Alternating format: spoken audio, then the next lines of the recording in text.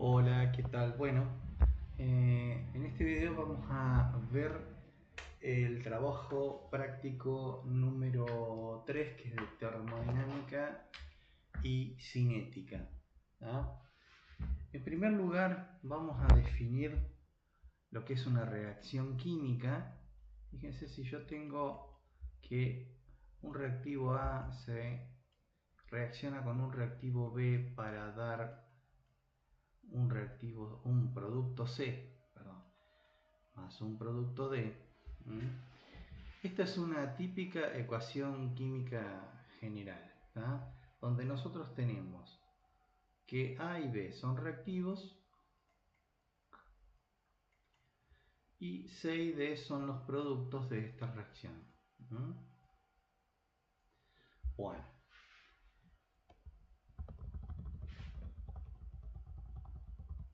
A y B son quienes se van a transformar, van a reaccionar entre sí para formar C y D, haciendo que esta ecuación, o sea, esta reacción química se desplace hacia los productos, ¿no es cierto? C y D. A más B va a dar C y D. Pero en cuanto C y D empiezan a formarse, C y D también pueden reaccionar para transformarse en A y B. ¿Ah? Esto es lo que se denomina una ecuación reversible.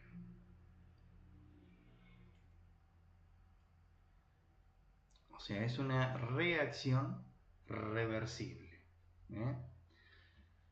Llegado el caso A y B, que se transforman en C y D, y C y D que se transforman en A y B, van a llegar a un punto de equilibrio, van a llegar a un punto de equilibrio donde ya A y B, que se transforma en C y D, y C y D, que se transforma en A y B, van a llegar a una velocidad tal que la reacción entre en equilibrio.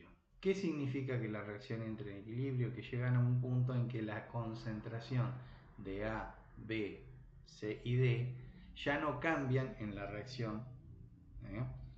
conformándose así lo que denominamos la constante de equilibrio de la reacción.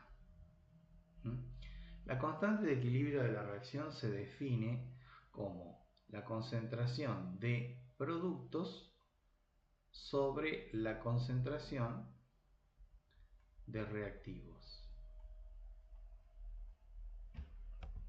Perdón.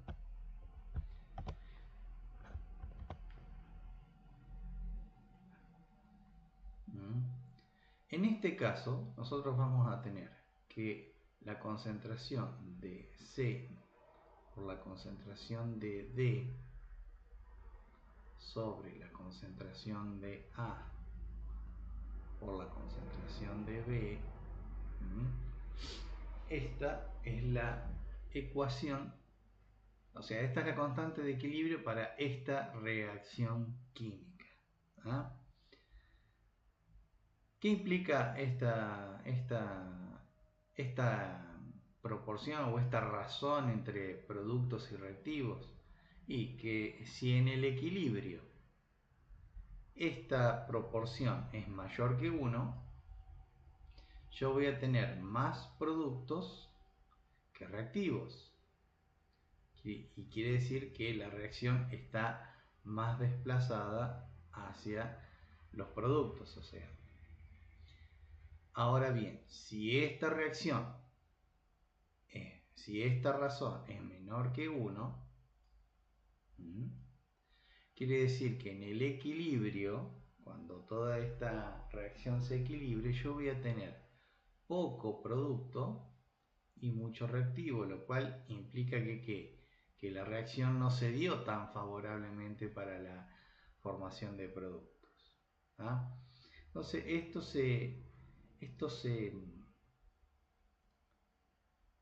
se piensa así, de esta manera. La constante de equilibrio es una relación entre productos y reactivos, ¿eh?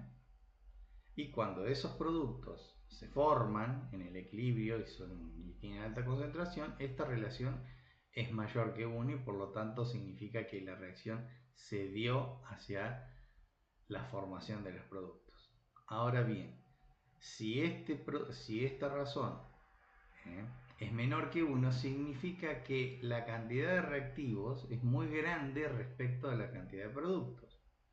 Si esto es muy grande con respecto a la cantidad de productos que se forma, entonces esta relación es menor que 1. Por lo tanto, en el equilibrio habrá más reactivos que productos y por lo tanto no puedo considerar que esta reacción no se lleva a cabo o no es fácil de formar productos. ¿Ah? Bueno,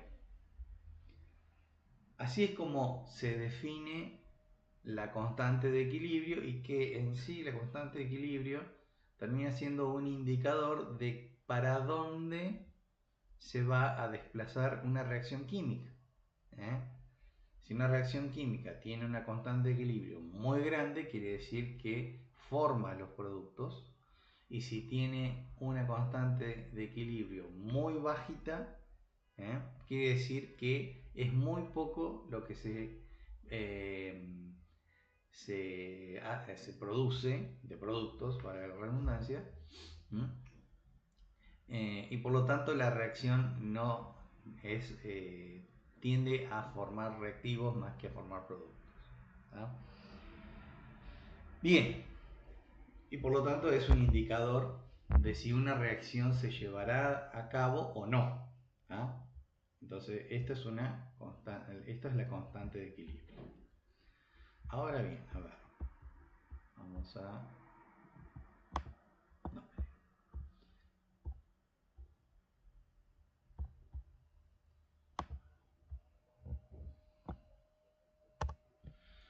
Ahora bien, existe una relación entre la constante de equilibrio y la energía que se requiere para que una reacción se lleve a cabo o no. Ese parámetro es lo que nosotros determinamos como delta G. El delta G, el delta G es la energía de Gibbs. Es un parámetro termodinámico. Es un parámetro termodinámico que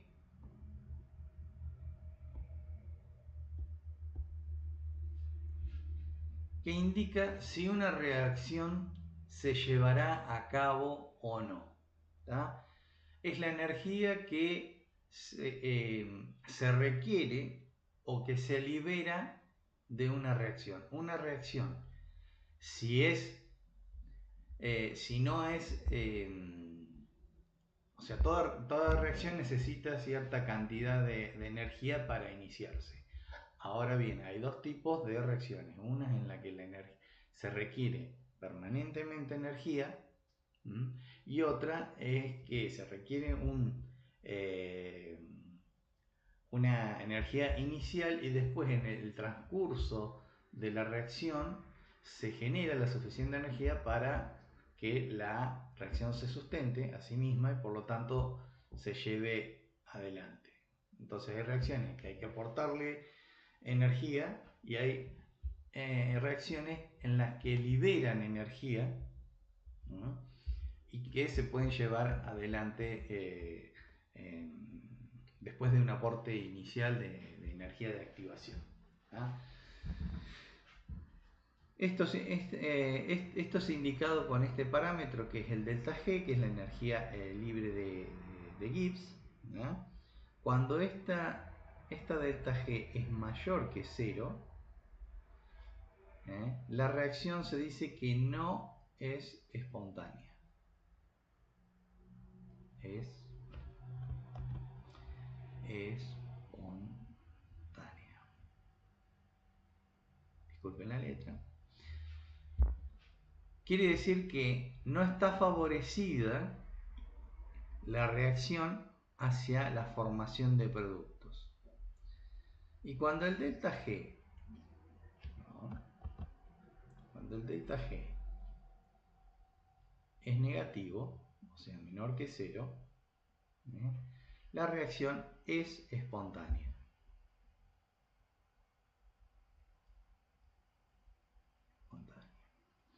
¿Qué significa esto? Que la reacción puede transcurrir para la formación de producto. Estas energías son indicadores de que una reacción se puede llevar a cabo de una dirección a otra de la reacción, pero no implica exactamente que se vaya a realizar la reacción. Un ejemplo típico es el combustible y el oxígeno, que por sí solas no hacen combustión, sino que requieren de una chispa, una energía de activación para que se lleve a cabo esa reacción. La reacción es espontánea porque una vez iniciada libera energía, es lo que se dice una reacción exergónica, libera energía y se lleva a cabo totalmente hacia el lado de los productos, ¿cierto? Pero requiere de una energía de activación. Por eso la delta G puede indicar que esa reacción se puede llevar a cabo, pero primero hay que activarla de alguna forma. Que generalmente esa energía para que inicie la reacción se le llama energía de activación. ¿Tá? Igualmente, cuando el delta G es negativo, la reacción es espontánea y también se dice que es exergónica.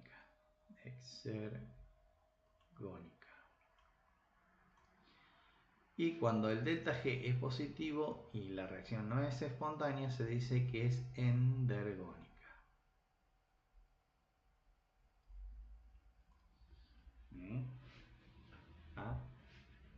Bien.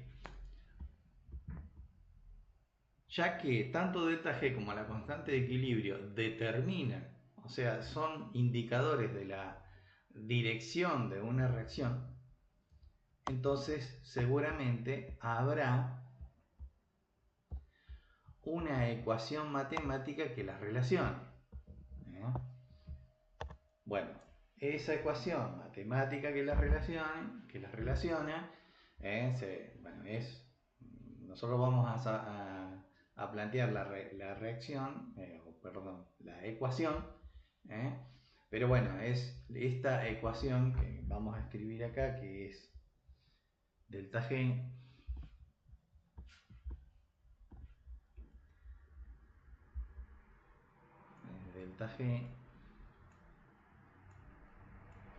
igual a menos 2,303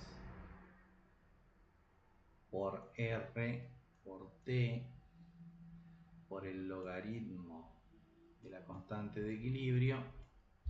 Es una ecuación que relaciona la energía de Gibbs con la constante de equilibrio de una reacción. Esta ecuación fue determinada por estudios termodinámicos, empíricos y matemáticos. No vale la pena, o sea, no es el objetivo de este curso saber de dónde salió o cómo se deduce esa ecuación, sino que el objetivo es saber cómo se relaciona energéticamente la ecuación, la constante de equilibrio de una reacción con la energía que requiere esa reacción para llevar a cabo o no. ¿Tá? Entonces esta sería la relación que hay entre delta G y la constante de equilibrio de la reacción. ¿Tá? R es la constante se dice la constante de los gases ideales, pero en realidad en este caso no es para gases ideales, sino que es una constante R. Y esta es la temperatura en grados Kelvin del sistema. En grados Kelvin. A partir de esta ecuación podemos empezar a hacer el práctico, el práctico número 3. Esta ecuación que relaciona energía libre con la constante de equilibrio, la vamos a usar bastante seguido para desarrollar los ejercicios que estamos haciendo, que vamos a hacer. Entonces vamos a arrancar.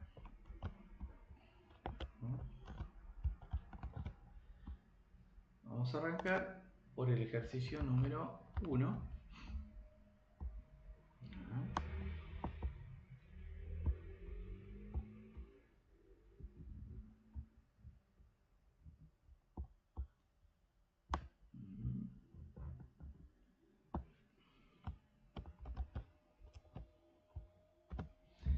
Dice que calcule la constante de equilibrio de la siguiente reacción, cuyo valor de delta G0 es de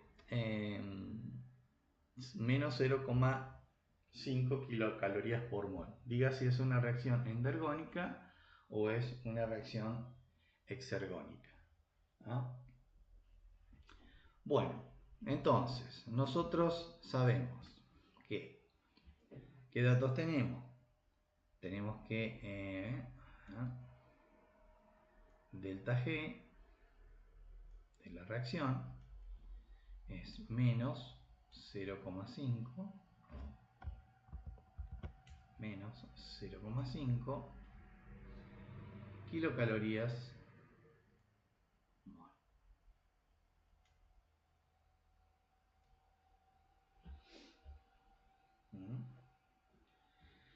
Bueno, muy bien. Sabemos que delta G se relaciona con la constante de equilibrio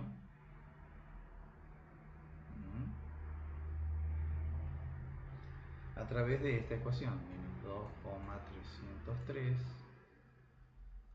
por R por T por el logaritmo de la constante de equilibrio. Bueno,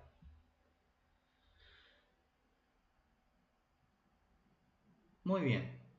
A partir de acá nosotros tenemos el valor de delta G,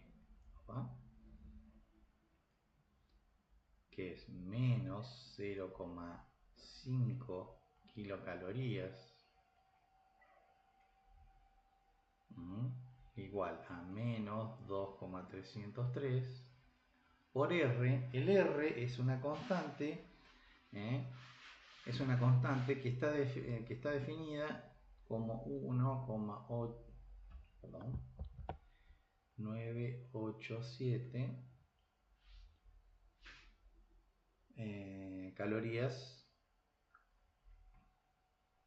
sobre Kelvin mol. La temperatura es T. Acá hay algo para definir. Cuando la temperatura es una temperatura estándar, se define una temperatura estándar como 25 grados centígrados o lo que es lo mismo 298 grados Kelvin. Esa es una temperatura estándar, y cuando esa temperatura es estándar, el delta G se le denomina delta G0. Es la energía que se desarrolla a una temperatura de 25 grados. Como acá nosotros justamente nos dice que es delta G0, si es delta G0, entonces ese delta G0 es a 25 grados centígrados. Cuando hablamos de delta G, como esto nos define a 25 grados es 0,5, esto es delta G0. Cuando la temperatura cambia y es otra condición, ya no llamamos delta G0, sino que llamamos delta G. Y ya estamos hablando de una reacción bien real. Por ahora nosotros nos vamos a ir trabajando en condiciones estándar de 25 grados centígrados, ¿no? Y acá lo que nos falta poner es el logaritmo de la constante de equilibrio. Fíjense que aquí está definido, perdón, es kilocalorías por mol. Acá está definida la delta G en kilocalorías y la R en calorías. Por lo tanto, nosotros tenemos que cambiar una de las dos, ya sea el de kilocalorías por calorías o el de calorías por kilocalorías. Esto es muy fácil de cambiar. Si yo tengo calorías arriba, yo puedo multiplicar toda esta ecuación por kilocalorías, ¿no? Sería una kilocaloría son 1000 calorías. Entonces calorías y calorías se cancelan, y entonces hago el cálculo que me permite hacer eso. El cálculo se lo voy a dejar a ustedes. Lo que tienen que hacer es despejar constante de equilibrio, lo que tienen es despejar constante de equilibrio mandando todos estos valores al otro miembro, y esto se lo voy a dejar a ustedes. Básicamente así es como se calcula la constante de equilibrio a partir de la energía libre de Gibbs. Este es un cálculo matemático, se los voy a dejar a ustedes. Muy bien. Los ejercicios 2 y 3 son casi exactamente lo mismo. Por lo tanto, lo pueden hacer tranquilamente en sus casas. Vamos a hacer brevemente, vamos a hacer un comentario sobre el ejercicio 4.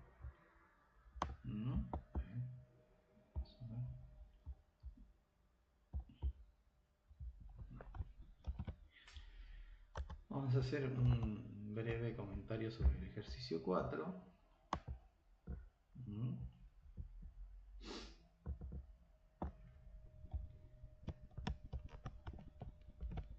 Que prediga el signo de delta G para Q de equilibrio igual a 1. Esto es simplemente el análisis de la ecuación de delta G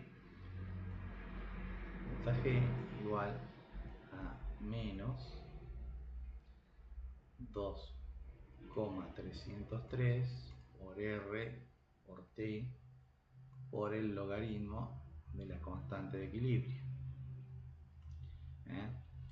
Esto es muy simple de explicar. Fíjense que acá lo que dice, si la constante de equilibrio es igual a 1, fíjense que delta G, cuando la constante de equilibrio es igual a 1, es menos 2,303 por R por T por el logaritmo de 1. El logaritmo de 1 es 0. Por lo tanto, cuando el logaritmo de 1 es 0, delta G es determinada por... delta G es 0.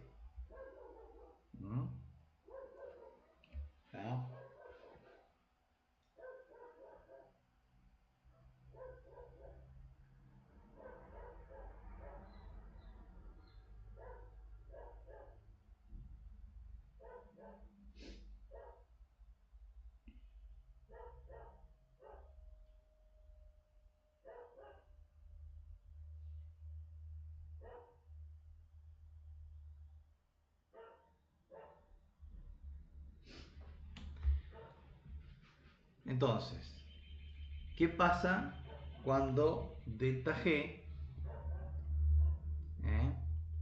cuando delta G es menos 2,303 por RT por... ¿Qué pasa cuando la constante de equilibrio es menor que 1? Si esto es menor que 1, el logaritmo de la constante de equilibrio para un valor menor que 1 me da un valor negativo.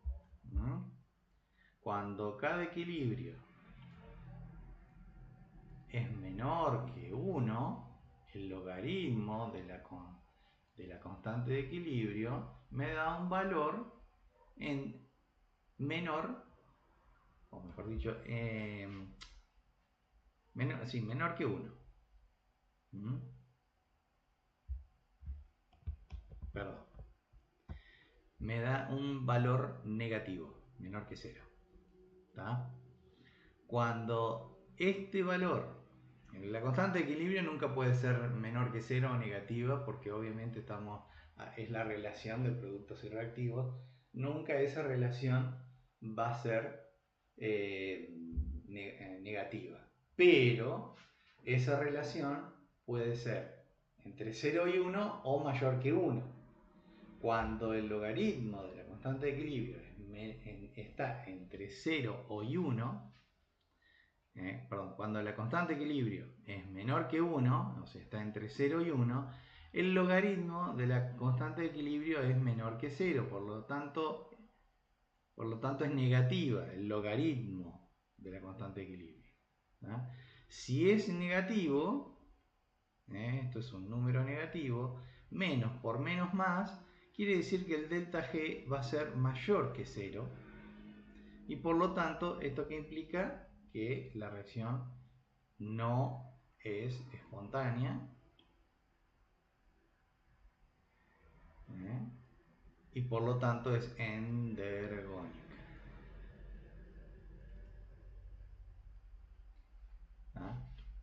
Ahora bien, si la constante, si delta G igual a menos 2,303 por R por T, por el logaritmo de un número que es mayor que 1,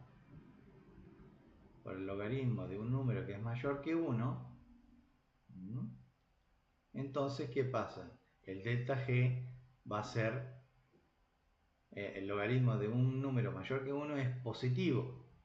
El logaritmo de un número que es mayor que 1 es positivo, es mayor que 0. Por lo tanto, este número va a ser positivo. Con este número va a ser, con este negativo, ese número se va a volver negativo, y por lo tanto el delta G va a ser negativo. Esto va a ser, va a indicar que la reacción es espontánea y exergónica. Ahora vamos a borrar un poquito acá para explicar esto un poco mejor.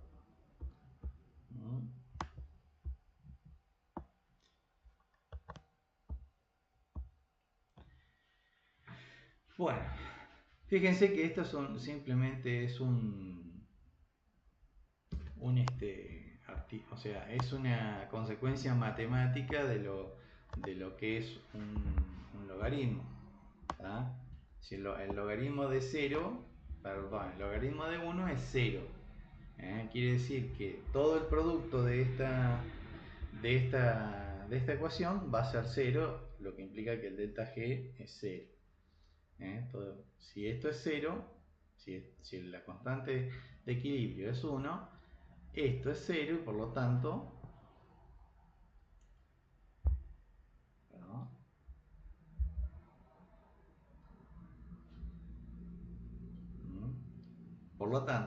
si el logaritmo de de 1 es 0, esto va a ser 0 y por lo tanto el delta G va a ser 0. Si el logaritmo, o sea, de un valor menor que 1, el logaritmo de un valor menor que 1 es un valor negativo, o sea, menor que 0. Entonces esto va a ser positivo, porque menos por menos es más. Y si esto es mayor que 0, esto va a ser negativo. ¿Por qué? Porque tiene este signo que multiplica un número positivo y por lo tanto va a ser negativo. Esto es endergónico y esto es exergónico.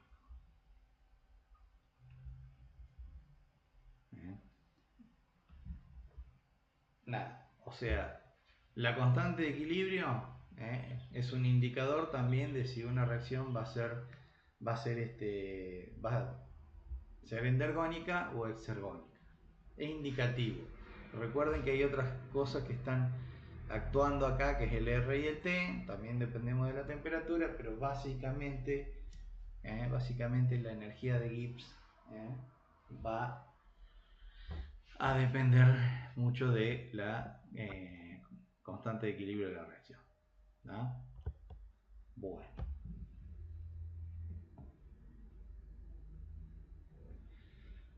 Por último, o sea, esto no hay mucho que analizar. Vamos a hacer el ejercicio 5, donde simplemente vamos a explicar una cuestión acá. Y se determine las constantes de equilibrio para las siguientes reacciones teniendo en cuenta el delta G0 en cada caso a pH 7 y T 25 grados. Bueno, no es otra cosa que aplicar la misma ecuación, porque tenemos que calcular las constantes de equilibrio a través de la ecuación de delta G igual a menos 2,303 por R por T por el logaritmo de la constante de equilibrio. Nosotros lo que tenemos que hacer es despejar la constante de equilibrio, pero simplemente acá vamos a, consideran estas dos cosas, simplemente para saber que el delta G0, recuerdan que habíamos dicho que es en condiciones estándar, y la condición estándar es de 25 grados centígrados o 298 grados Kelvin, ¿no? Cuando hablamos, o sea, esto es cuando hablamos de reacciones en general, pero cuando hablamos de reacciones biológicas, se agrega el pH 7, que en realidad no implica no implica un cambio en esta reacción. Generalmente el pH de la reacción va a estar incluido aquí dentro de la constante de equilibrio, pero este parámetro de pH 7 es muy utilizado en reacciones biológicas y se lo suele definir a este delta G como el delta G fisiológico o también delta G 0'. Esto les va a aparecer cuando veamos la parte de bioenergética en un práctico de la segunda parte de la materia, pero es simplemente para adelantarles que esto. No obstante, el pH 7 está incluido en la constante de equilibrio, por lo tanto esta ecuación no se altera demasiado, pero sí cabe la aclaración de que este es otro estado estándar, ¿ah? Que es el de pH 7. El delta G, 0, es cuando esto es 298 grados Kelvin. Perdón. El delta G es cuando ya este cambia. Y el delta G0' es cuando, además de ser estándar a 25 grados, también es pH 7. Es un parámetro energético utilizado mucho en reacciones biológicas. Por eso un poco las reacciones que ustedes ven acá, el glucosa 6-fosfato o glutamina, como es la hidrólisis de la glutamina, son reacciones que en algún momento vamos a ver, reacciones biológicas, ¿tá? Simplemente eso.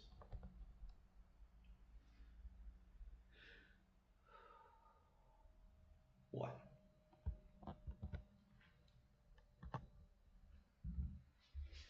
Otra cosa sobre la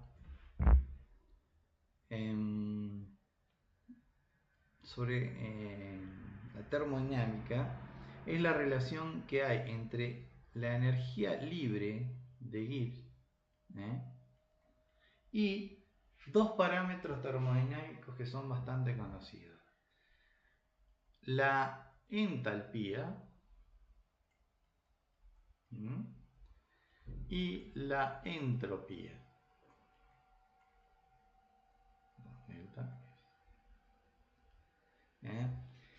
El delta H es se refiere a los cambios de calor, de energía calórica de una reacción, mientras que el delta S se refiere más al desorden de una reacción, o a la libertad de movimiento del sistema de una reacción, ¿no? Alguna vez un científico dijo que la entropía es la fecha del tiempo porque todo tiende al desorden. Toda reacción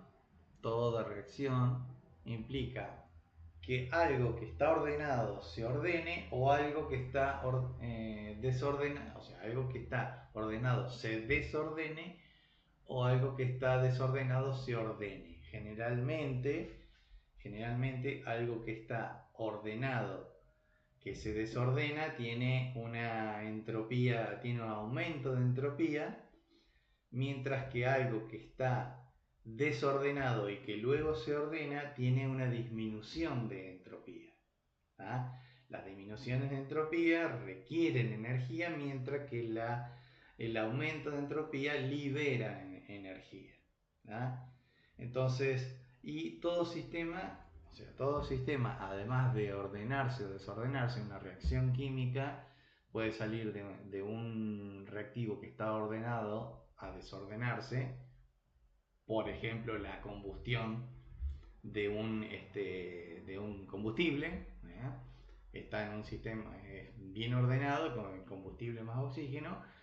Cuando reacciona, se libera dióxido de carbono y agua, lo cual genera un gran desorden, y mucha energía. Entonces eso nosotros podemos imaginarlo como la entropía, como esa cuestión de ir de algo ordenado a algo más desordenado, que libera energía. Ahora bien, hacer lo contrario, todo el dióxido de carbono y agua que se genera en una combustión, volverla a su estado original de combustible comburente, eso requiere una energía que no es, o sea, estamos hablando de algo, de un ejemplo hipotético, ¿no es cierto? Pero estamos yendo de un sistema desordenado a un sistema ordenado, que requiere la misma energía que liberó, es la energía que se requiere para volver a ordenarlo. Esos son términos termodinámicos también. Bueno, en sí, el delta H, el delta H es la energía calórica del sistema, el cambio de energía calórica del sistema, y el delta S es el grado de orden y desorden del sistema o de movimiento del sistema. Bien, a partir de aquí nosotros podemos trabajar con esta ecuación. Generalmente no se trabaja mucho, pero por lo menos entender que la energía libre de Gibbs es un esquema o es un indicador termodinámico que implica tanto el calor de un sistema como su desorden. Es más completo que solamente considerar los cambios de calor del sistema, que es el delta H. Bueno, a partir de entender esta ecuación, vamos a hacer el ejercicio número 7.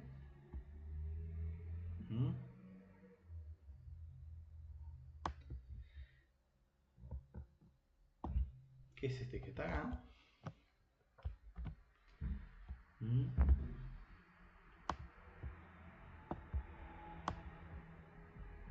Dice, en la cloración del metano, el valor de delta S es 2,9 calorías por mol, y hay que determinar su valor de delta H. Bueno, para hacer este ejercicio nosotros podemos hacerlo de dos maneras. Una, que es la más simple, en el teórico, ustedes, o sea, la cloración del metano no es otra cosa que, que esta reacción es metano, CH4, más cloro 2, que me va a dar CH3, cloro, más ácido clorhídrico, o más cloruro de hidrógeno. Esta sería la reacción de cloración del metano. Ustedes en el teórico les dieron que el valor de delta G 0 de esta reacción es de 25,9 kilocalorías por mol.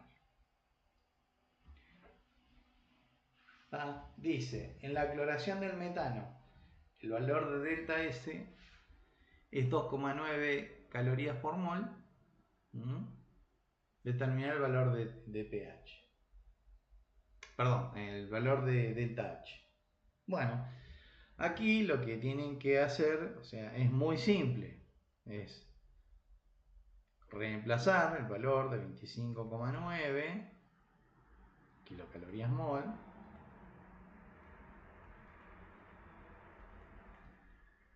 por el delta H, que esto va a ser igual al delta H, menos T, que vamos a considerar el valor de ¿quién? Del valor de la temperatura estándar, que es 25 grados centígrados, pero aquí siempre se usa valores de temperatura absoluta en Kelvin, o sea 298 grados Kelvin.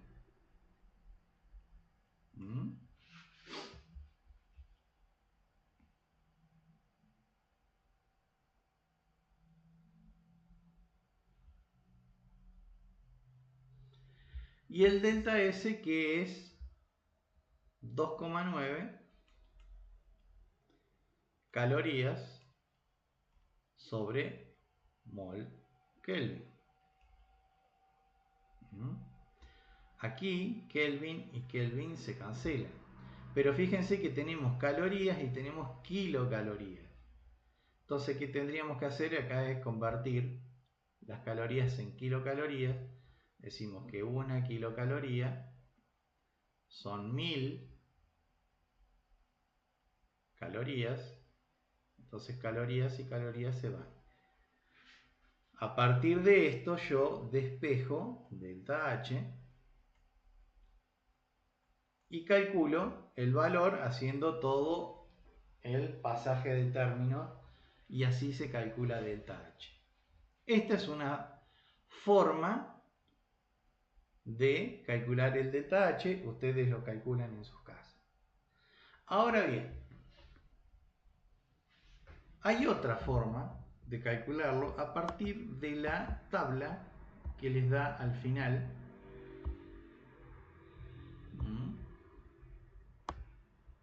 Que les damos al final del práctico. ¿Está? En la tabla final del práctico es esta que está acá. Vamos a mirarla. Es esta que está acá.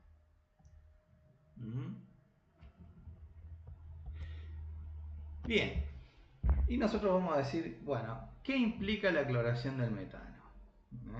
Vamos a decir, bueno, a ver, nosotros tenemos metano más cloro 2,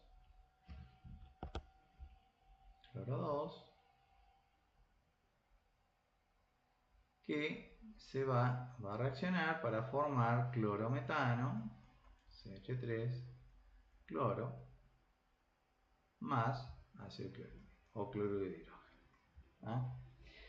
¿Qué hay aquí? Aquí está. ¿Cuáles son los enlaces que se forman y cuáles son los enlaces que se rompen en esta reacción? Por un lado, tenemos que este CH4, o sea, CH4, que yo voy a colocar de esta forma,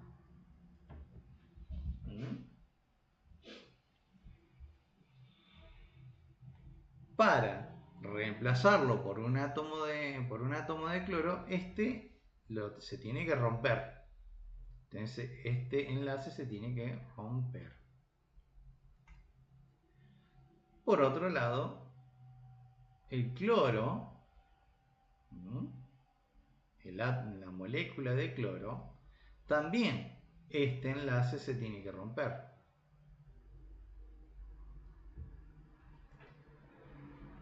También tenemos que por este lado se tiene que formar un enlace CH3 cloro, formar. Y por aquí también tenemos que se tiene que formar un enlace hidrógeno-cloro. Formar. Entonces, esta reacción implica que se tiene que romper este enlace, se tiene que romper este enlace, se tiene que formar este enlace y se tiene que formar este otro enlace. Ahora bien, vamos a ir a la tabla que nos dan acá. ¿Cómo se interpreta esta tabla? Bueno, acá dice energías de disociación de enlace y dice DH, que quiere decir delta H, o sea, valores de entalpía. ¿Tá? Y este código que dice acá dice que son energías para la disociación del enlace, o sea, para romper el enlace y generar estos dos. O sea, son todas energías para romper el enlace. ¿Esto qué implica? Que esta energía que me da, aquí, que vamos a usar kilocalorías por mol, es para romper ese enlace. Pero ¿qué pasa? Cuando ese enlace se forma, yo tengo que tomar el mismo valor, pero negativo. O sea, yo no estoy rompiendo un enlace, sino que lo estoy formando. Si todas estas energías son de ruptura de enlace, cuando yo considero la formación del enlace, tengo que cambiarle el signo que tenga. Si esto es de signo positivo, tengo que cambiarle a signo negativo. Si esto es de signo negativo, tengo que cambiarle a signo positivo.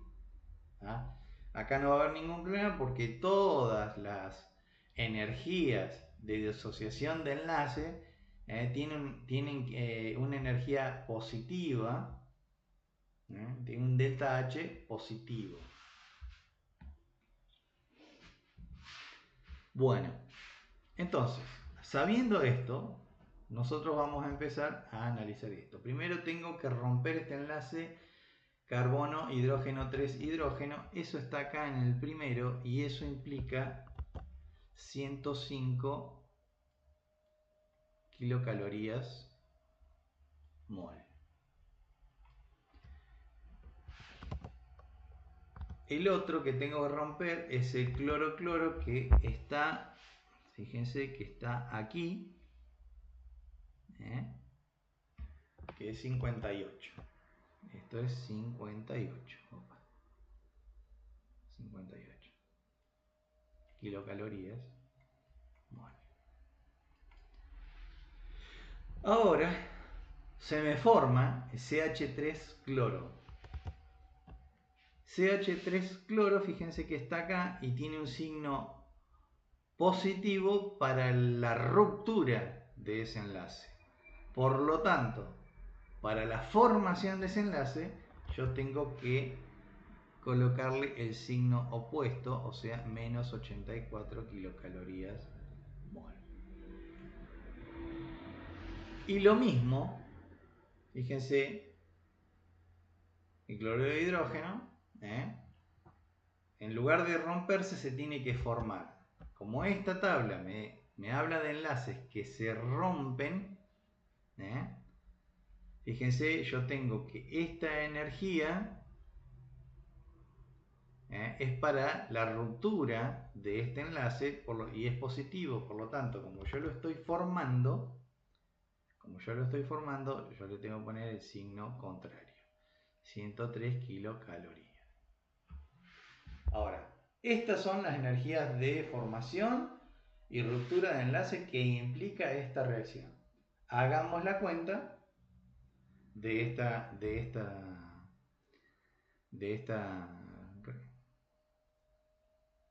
esta cuenta, o sea, hagamos la cuenta de esta cuenta, no, hagamos la cuenta para esta reacción y esto nos va a dar 24 kilocalorías por mol. Entonces, el delta H de esta reacción es 24 kilocalorías mol.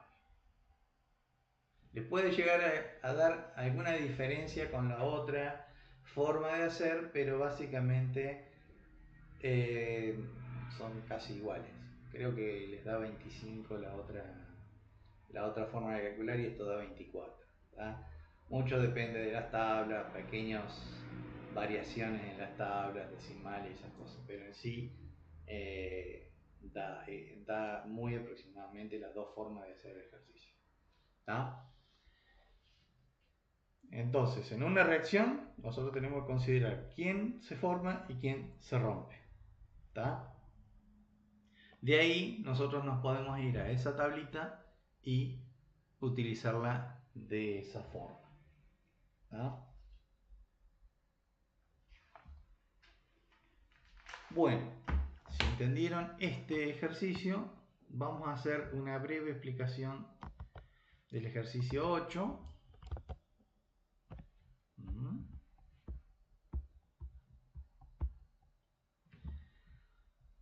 ¿Qué dice?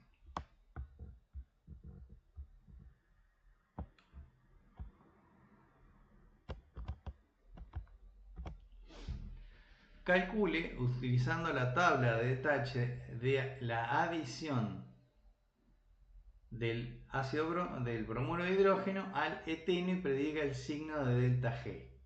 Considere 62 calorías. Bueno, solamente vamos a explicar aquí, después esto lo van a hacer ustedes, qué significa esto. Primeramente, dice adición del bromuro de hidrógeno al eteno. ¿Qué implica esa reacción. Primero nosotros tenemos que plantear la reacción.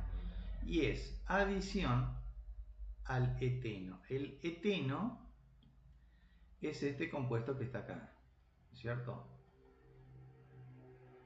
El eteno tiene un doble enlace que reacciona con el bromuro de hidrógeno para formar,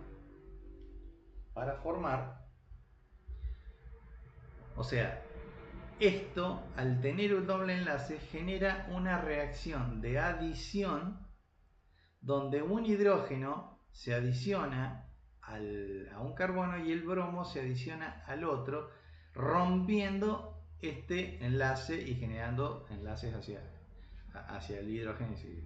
¿Qué es lo que se forma? Se formaría CH3, enlace simple, CH2, bromo.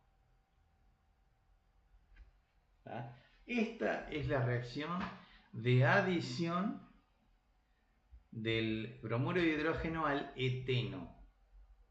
¿Tá? Ustedes deben considerar cuáles son los enlaces que se rompen y cuáles son los que se forman. ¿Ah? ¿Por qué dice considere 62 kilocalorías por mol para la disociación de enlace pi del eteno? ¿Por qué? Porque justamente ese dato, que es la ruptura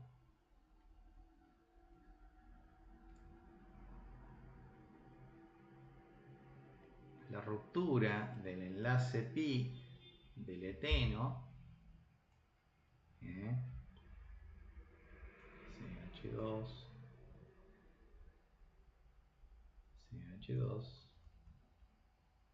esa ruptura de este enlace no está en la tabla. Entonces, como nosotros tenemos que considerar esta ruptura que no está en la tabla, entonces por la duda se la ponemos aparte. Esto tiene un delta H 0 de 62 kilocalorías. Luego, ustedes, o sea, esto es la ruptura de este enlace. Deberán considerar la ruptura de este enlace y deberán considerar la formación de este enlace para hacer la cuentita y ver cuál es el delta H final.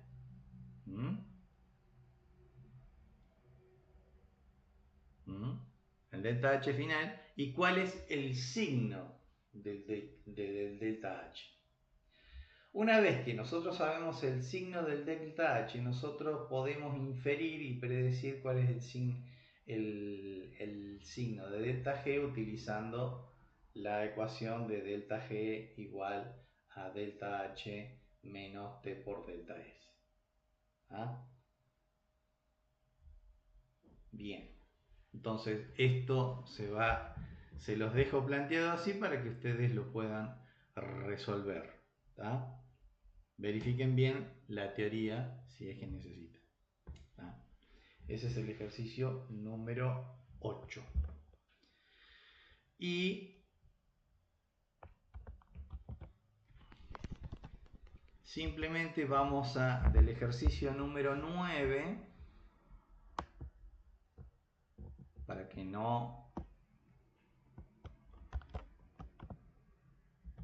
lo puedan resolver sin mayores dificultades.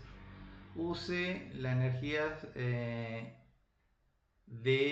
la energía de disociación de enlace para calcular el delta H de la adición de cloruro de hidrógeno al eteno. Bueno, en este caso, en el ejercicio A, ¿qué dice la adición del ácido de cloruro de hidrógeno al eteno? Prácticamente lo mismo que la reacción anterior, solamente que en lugar de utilizar bromuro de hidrógeno, usamos cloruro de hidrógeno para hacer la adición del ácido clorhídrico al eteno. Esto me quedaría de esta forma. Esta sería la reacción. ¿Ah? Entonces ustedes ya del ejercicio anterior conocen cómo es la ruptura de este enlace, considerar la ruptura de este enlace y la formación de esto y luego hacer las cuentitas. ¿Tá? Y fíjense que en el ejercicio B habla de adición de hidrógeno al eteno. Volvemos a lo mismo, CH2, doble enlace, CH2, más, solamente que ahora no le vamos a agregar cloruro de hidrógeno, sino que le vamos a agregar hidrógeno. ¿Qué me da esto? Y esto me da CH3, CH3. Estoy adicionando esto al enlace pi, un átomo de hidrógeno para uno de los carbonos y otro átomo de hidrógeno para el otro carbono, que lo que me da sería etano. Estas serían las dos reacciones, el ejercicio A y el ejercicio B, que ustedes tienen que considerar a la hora de calcular la entalpía de esta reacción. ¿Tá? Luego, ustedes estas otras dos preguntas las pueden responder sin ningún problema, considerando los resultados del ejercicio A y B.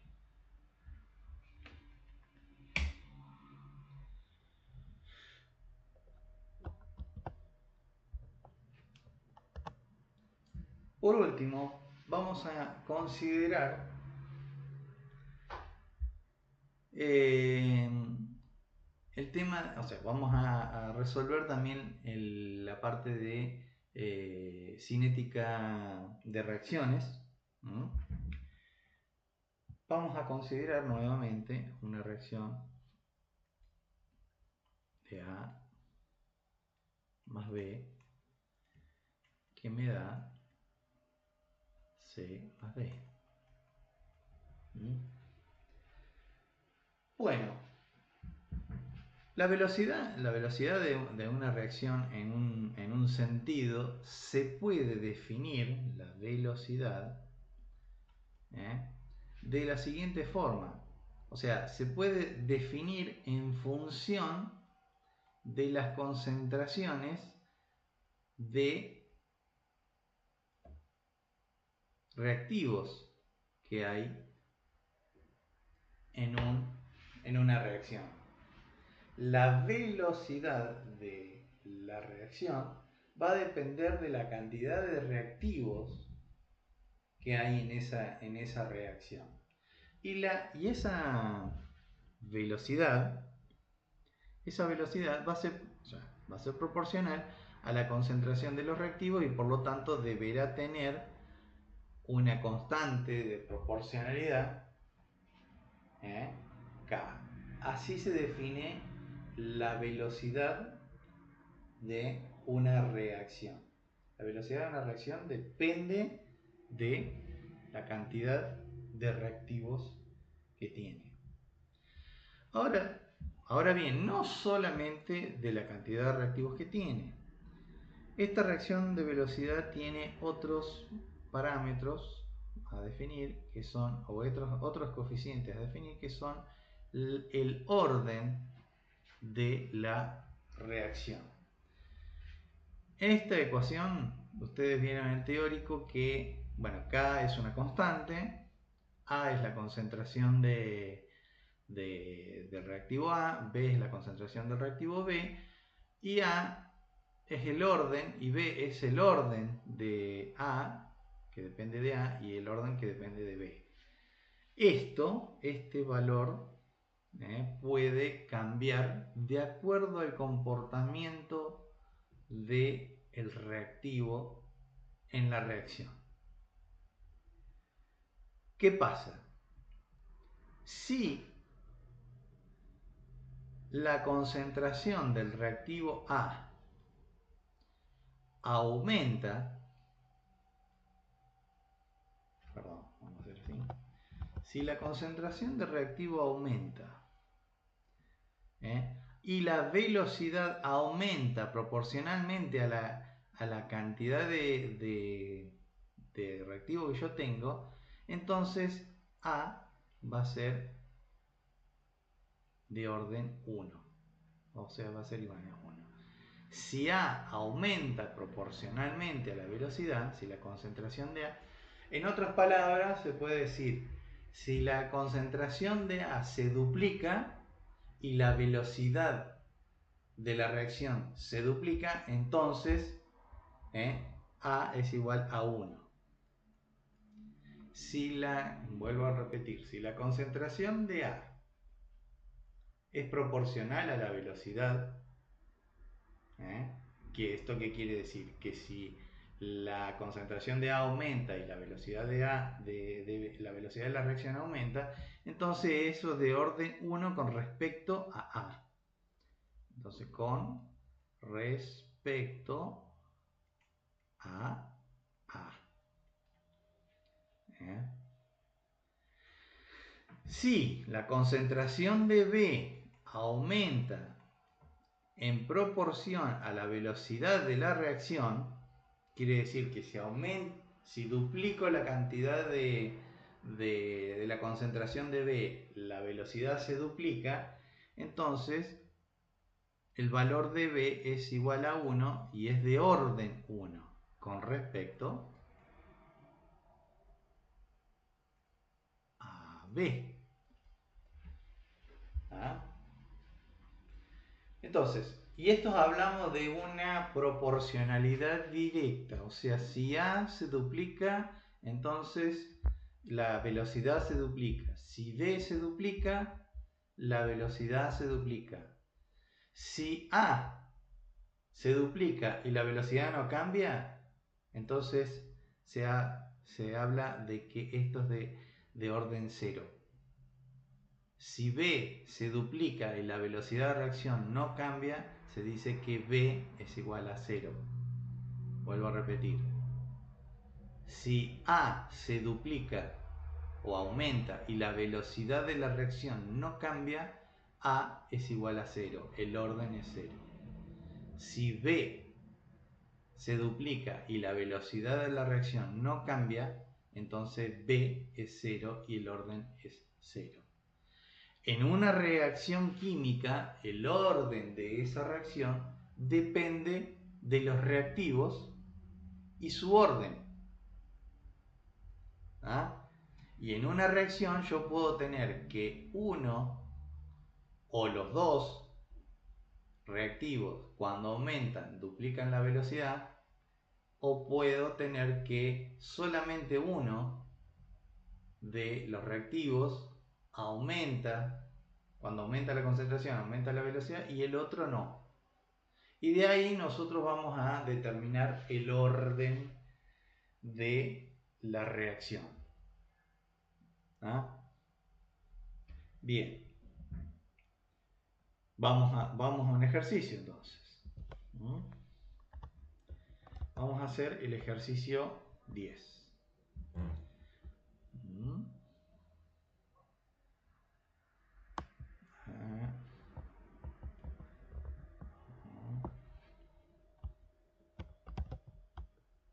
¿Sí?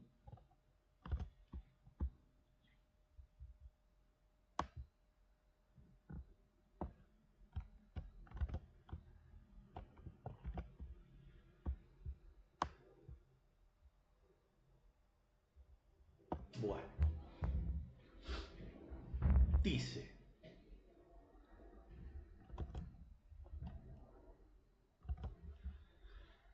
cuando dice, el clorometano reacciona con cianuro de sodio diluido de acuerdo a la siguiente reacción, ¿no es cierto? Entonces tenemos esta reacción. Ahora bien, dice, cuando la concentración de cloruro, de clorometano, se duplica, se observa que la velocidad se duplica. Y cuando la concentración de cianuro se triplica, se observa que la velocidad se triplica. Quiere decir que cuando la velocidad de metano la concentración de clorometano es proporcional a la velocidad. O sea, cuando aumenta clorometano, aumenta la velocidad de la reacción. También dice que cuando aumenta la concentración de cianuro, también aumenta la velocidad en proporción. Se duplica uno, se duplica la velocidad, se triplica el otro, se triplica la velocidad. Hay una proporcionalidad directa entre la concentración de metano y la velocidad y la concentración de cianuro en la velocidad. Quiere decir que si yo considero,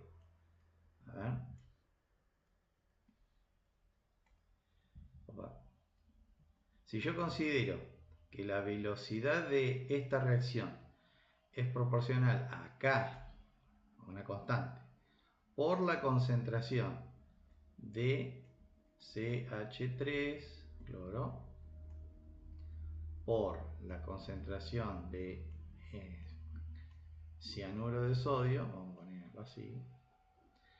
Yo sé que esto me duplica, si esto me duplica, entonces, o sea, si aumentando la concentración de esto aumenta en proporción la velocidad, quiere decir que esto es de orden 1. Si esto aumenta, si la concentración de clorometano aumenta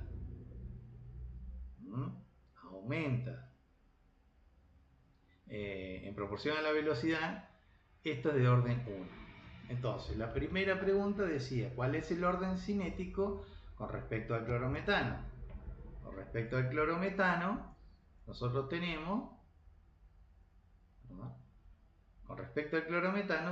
que el orden es 1, porque este aumenta cuando la concentración de este aumenta proporcionalmente la velocidad, esto es de orden 1. ¿Cuál es el orden cinético del cianuro de sodio?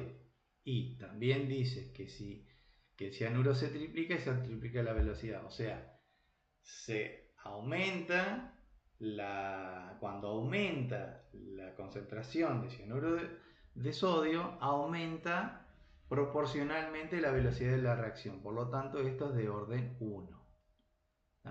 O sea, con respecto al clorometano es de orden 1 y con respecto al cianuro de sodio es de orden 1 la reacción.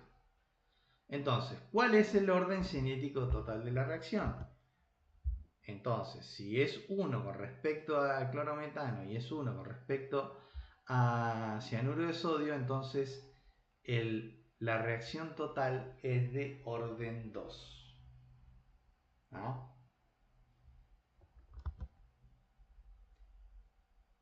Y entonces la ecuación de velocidad estaría definida así, de esta forma.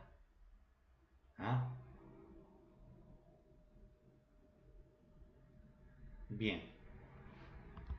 Entonces, simplemente nosotros cuando hacemos este ejercicio tenemos que tener como dato cómo es el comportamiento de la concentración de los reactivos respecto de la velocidad de la reacción.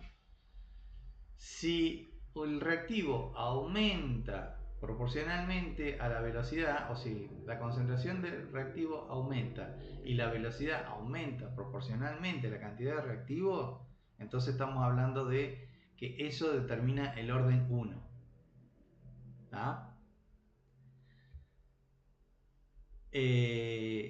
Si yo aumento la cantidad de un reactivo, pero la velocidad de la reacción no cambia, se dice que eso es de orden 0. Y eso está determinado empíricamente, o sea, experimentalmente, tiene que estar determinado. Estos coeficientes que están acá son determinados experimentalmente. O sea que experimentalmente uno va determinando esos coeficientes y va sabiendo cómo es el orden de la reacción. Cuando y tiene que ver con la proporcionalidad que hay entre la concentración del reactivo y la velocidad de la reacción. Aumenta la concentración, si aumenta la velocidad es de orden 1, si aumenta proporcionalmente. Si no aumenta es de orden 0. Y de ahí nosotros podemos partir hacia otras coeficientes dependiendo de cómo varía la concentración, o sea, cómo varía la velocidad en función de la concentración del reactivo.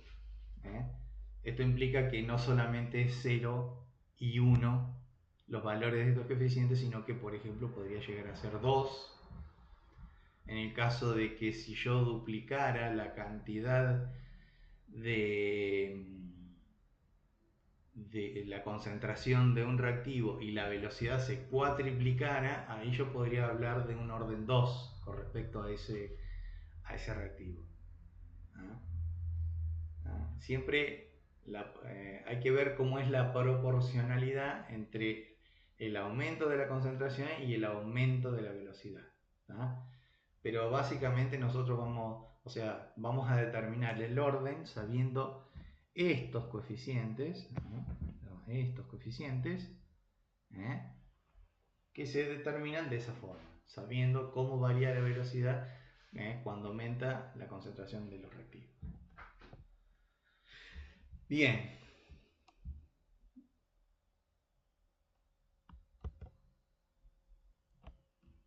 Vamos a ver, bueno, después el resto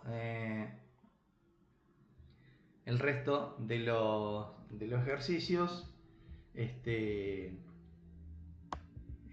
son muy similares a esto. Hay que determinar cuál es el orden cinético, dependiendo de cómo varía la velocidad cuando varía la concentración del reactivo. Y este que está acá, a ver, vamos a hacer un comentario de este que está acá. Dice: bajo ciertas condiciones la bromación del ciclo hexeno sigue la siguiente ecuación de velocidad. Fíjense que aquí tenemos un caso donde la duplicación del bromo, de la concentración de bromo, cuatriplica la velocidad de la reacción. Por eso se dice, tiene un 2 aquí, y esta reacción, ¿de qué orden sería? Y si acá no dice nada, quiere decir que es de orden 1. ¿De acuerdo? ¿De acuerdo? A ver, vamos a... si aquí no dice nada, si en este coeficiente no dice nada, quiere decir que es de orden 1. Perdón.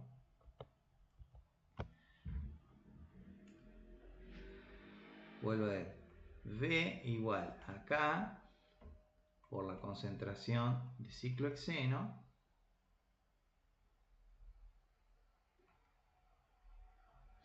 si acá no dice nada, implícitamente aquí hay un 1 puesto. Y fíjense que aquí tiene bromo 2. El orden del bromo es 2. Quiere decir que el orden con respecto al ciclo hexeno, que acá no tiene nada, es 1. Y el orden con respecto al bromo 2 es 2. Por lo tanto, el orden de la reacción es de tipo 3. ¿Se entiende? Si el ciclo hexeno fuera de orden 0, directamente no estaría en la ecuación. Si fuera de orden 0. Pero como está aquí presente, yo tengo que considerar que aquí hay un 1. Y por lo tanto,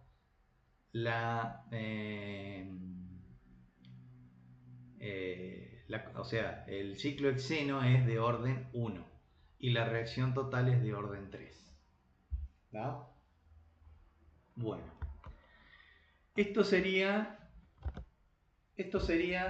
el práctico de termodinámica, una base para que ustedes puedan terminar de desarrollar el trabajo práctico número 3, ¿no?